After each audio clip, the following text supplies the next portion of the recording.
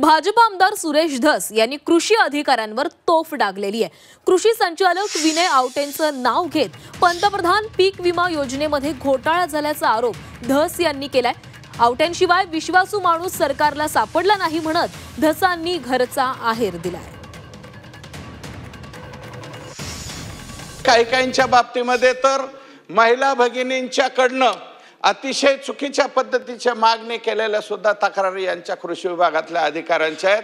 कसल्याही प्रकारची तक्रार त्याच्यावरती कसलीही कारवाई कोणताही कृषी आयुक्त करत नाही आणि त्यांच्या चुकावरती पांघरून घालायचं काम करतो। अध्यक्ष महोदय, कंपन्या स्थापन करायच्या सांगितल्या अध्यक्ष महोदय।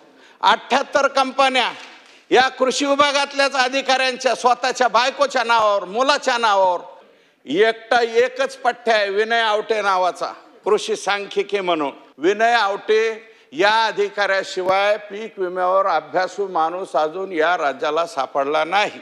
हा विनय आवटे तिथं आल्यापासून 2016 पासून प्रधानमंत्री पीक विमा योजना जी झाली अध्यक्ष महोदय, या नवीन योजनेमध्ये वेगवेगळ्या खाजगी कंपन्यांमार्फत राबवायचा निर्णय या महोदयांनी वरती पाठवला आणि तशा पद्धतीने करून घेतला।